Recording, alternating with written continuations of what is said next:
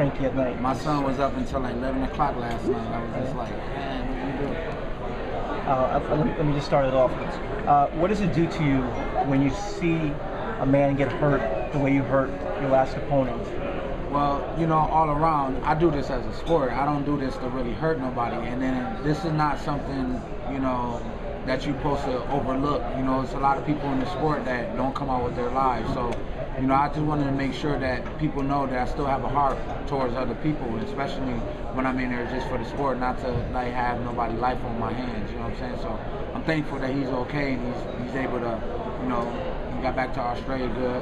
I talked to him after he got to the hospital. He said he was very thankful that I really cared, and you know, it meant a lot to him.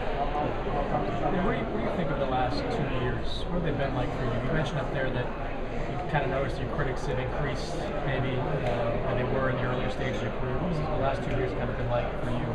Emotional roller coaster. You know, my uncle passed away with cancer. You know, the hardest thing is to see people overlook that. I gave up the belt.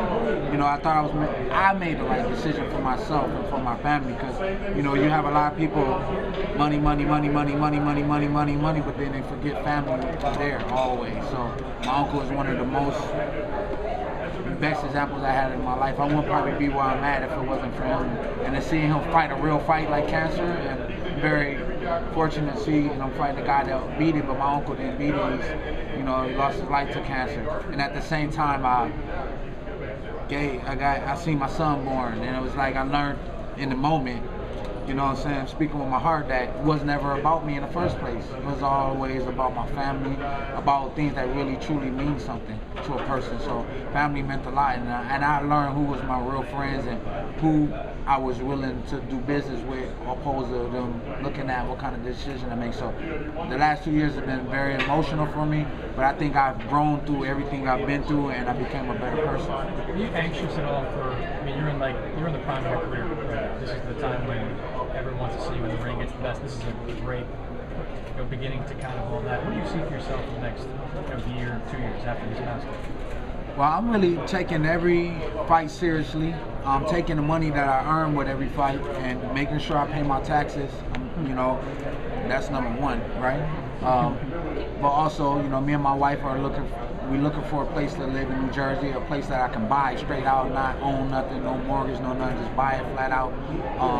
Owning a lot of property in my hometown where I'm from, Grand Rapids, Michigan, and encouraging the minorities there that, you know, we can always use what we don't have as an excuse, but we can also use what our hard work can able to get us in life. And I want to be a good example to the people there. It's the #1 place on the Forbes list, tied with Dallas, Texas, 2004. Best place to raise your kids. #2 worst place, I forgot what survey. Worst place, tied with Milwaukee for minorities to live. So, you know, you see something is wrong there. It's a big separation there, and I just want to bring the light to that. And I'm very thankful that I got the friends that I have there who run my business now, who's managing my whole career now, my best friends, and who's been there from day one.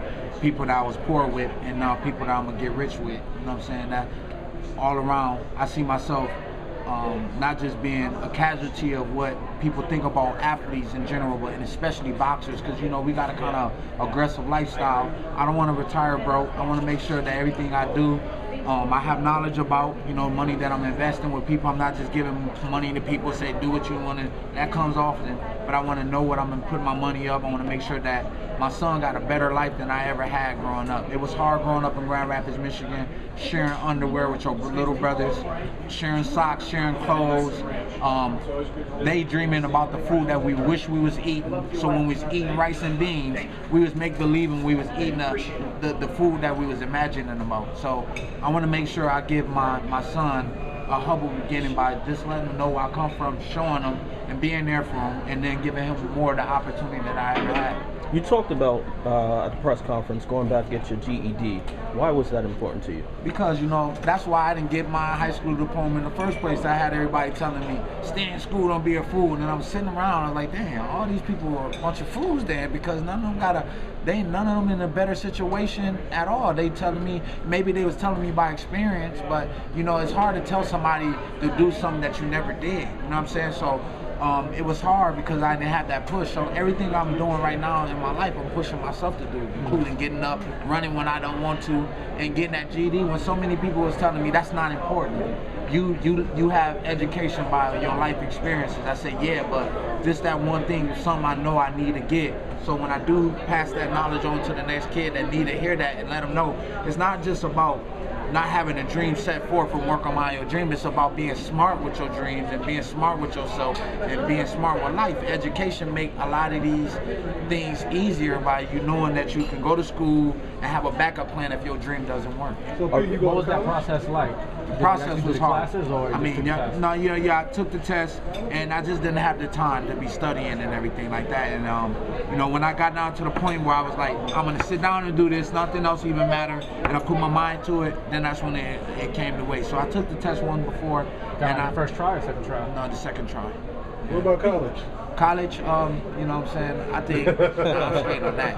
I mean, maybe acting school is something I consider, But after I think I'm done, when I'm done with boxing, it's going to be hard to try to be like, because I never did boxing to be famous and be known amongst people. It comes with a lot. I don't think I want to set forth my life being that way. I think I want to just go fishing with my best friend, have a simple life, watching my son, have a soccer game and, enjoying life like that.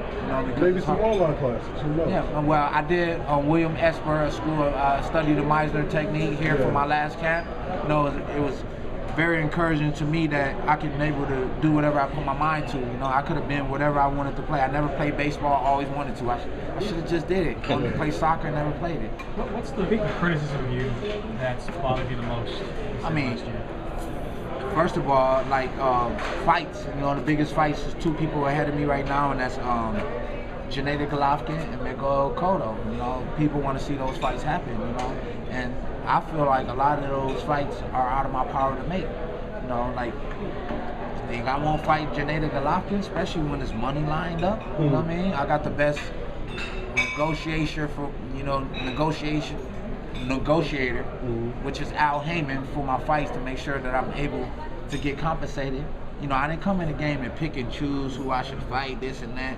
I learned that it was a business and people make money from this and they feed their families and it's all a different. So I never went on record and said all the people that turned me down or this guy turned me down. I just learned that it was business.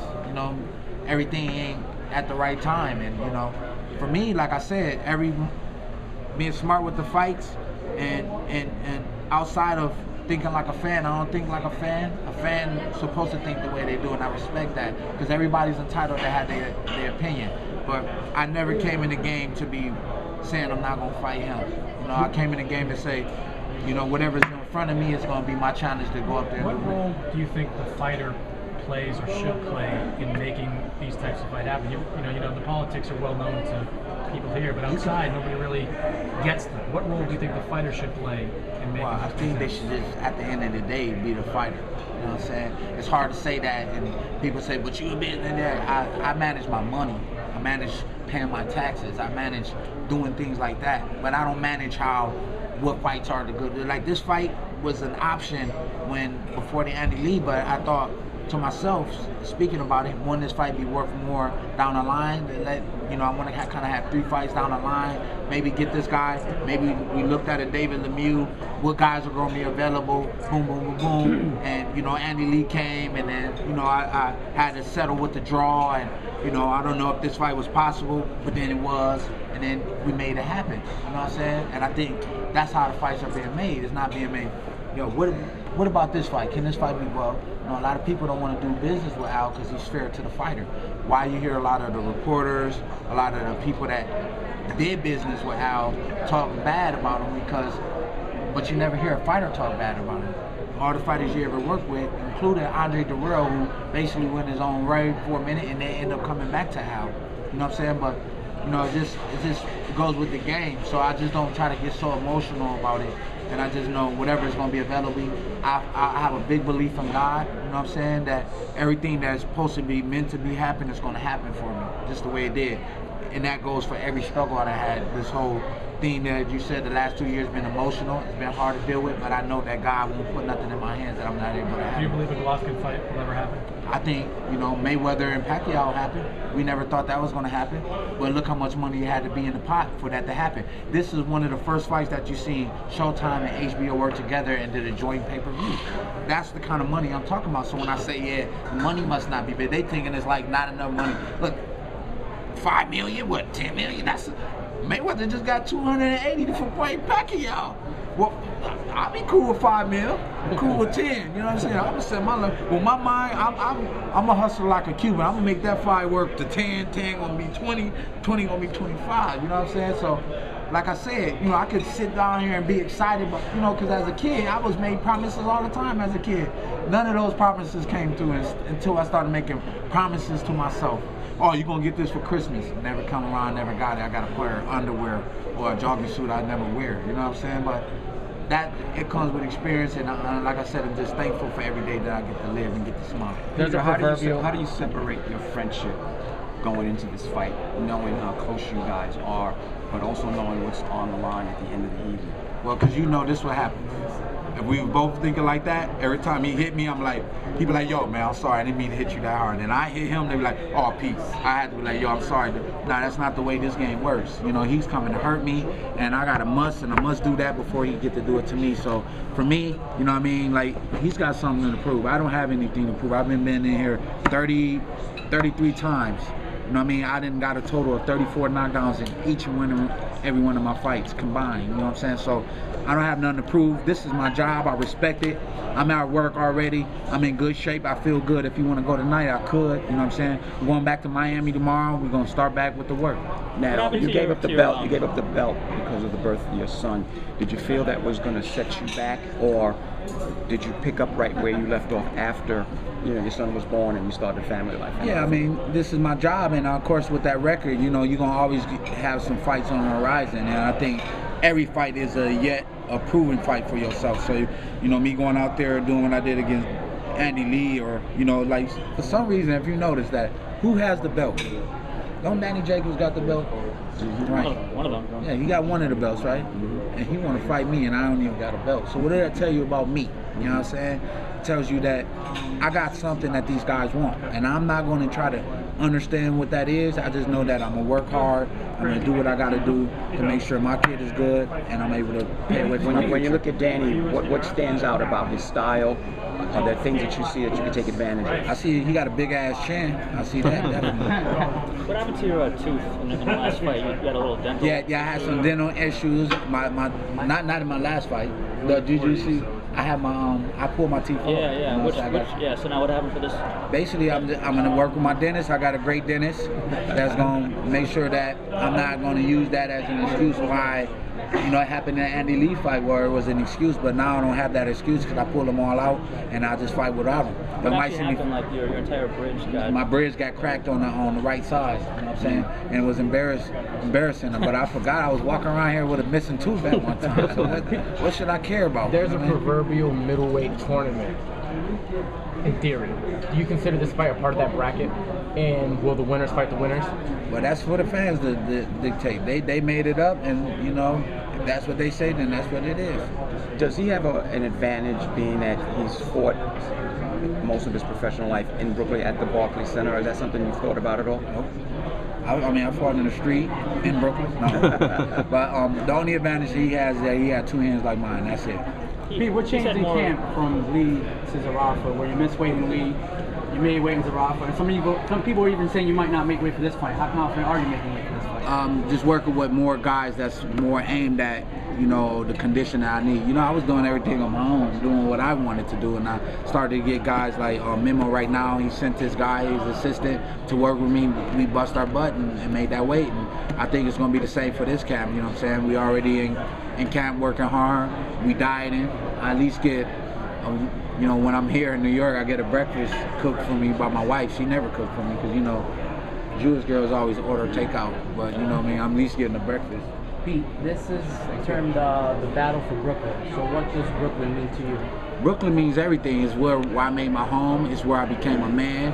You know what I mean? So I'm fighting with the pride of that. I'm also known within Brooklyn. I go to Brooklyn, I'm always inspiring, encouraging the youth that they can be what they want. You know what I'm saying? That's when I had the belt, and that's without the belt. I do the same thing. I conduct myself just like that as well. So me fighting in Brooklyn, I know we're gonna both have our angles of supporters, and I'm just looking to grab all the supporters and have them jump on this side. Danny's had more amateur experience, obviously, than you have. I mean, will that play any role, despite the fact that he's got more experience, and is there a way to like neutralize that, or? I don't think at this point, no, because we already 33 fights in the game. He got 30-something fights in the game as well. When he fought for the same belt that I fought, he took his loss. When I fought for the belt for the first time, I took a win. You know what I'm saying? So every guy that I've been fighting, from Hassan Adam, from Andy Lee, so all the other guys that I've been fighting had more experience with me as amateur fights. It's not about that at this point. This is about how much I already done learned, what I'm applying to my career right now, and that's what's helping me become a winner than I am. What are the flaws that you see in Danny? That chin. You ain't see his chin? That motherfucker chin is big as hell. It's pointing right there. I see it. Post the Zarafa fight, you said you hate to eat another black man's chocolate. Can you elaborate on that? Yeah, I shouldn't have said that. That sounded kind of like funny. But I meant that, I'm always making a combo, and I may say some stuff that I didn't mean to say. But well, it looks like Danny ran with it because he said he's on a chocolate diet. So you can get sick from eating too much chocolate. Peter, what is a win in this fight mean for the guy's winner's career? You talk about the fight you want to control or anything. Lou talks about the winner becomes a superstar possibly at this point. Well, can I be honest with you? I'm not a worldly person. I can care less what the world wants you to do, what you want it to be, what they think you should buy. That's less of my worry. I'm just very thankful that the opportunities there's opportunity. I'm a good person. I feel like God is going to provide those opportunities for me. I did a movie, 2016 is coming out with Miles Teller. I never would have thought that could ever happen to me. This is like my dreams are coming true every day. You ever? Yeah. Huh? It's called Bleed for This. It's a story about Vinny Pazienza. I played for Roger Mayweather in the movie. It's so crazy, and I don't mean to take away from that. I mean, me doing what I'm doing, I'm always going to put my heart, my desire, my will in there, and usually I've been doing that, I've been coming out a winner. You know what I'm saying? Peter, so that's what the same thing I'm gonna do with this fight. Both you and Danny have been criticized for opponents, out of the ring decisions. Will this fight erase all that, or the fact that you guys are really stepping up, facing each other?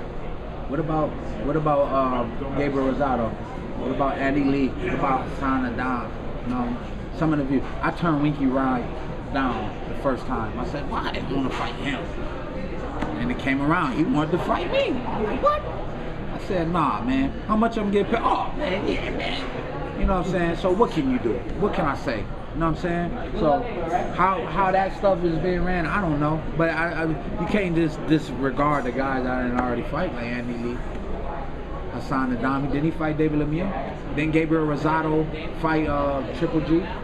You know what I'm saying? I think it's more about the title, vacating the title, and then for your last fight. Man, they of course, people, when they sit back and watch another person making a decision, that if they was in my shoe, they think they would make the same decision. It's not the same. Unless you was in my shoes and dealing with whatever I'm dealing with, and you see why I make the decision, but it's not for everybody to understand. I understand that, and that's what I accepted about that. You cannot make everybody happy, and you're gonna make decisions that people feel like you're going to regret, but I don't have regrets in my life, and I've been through everything.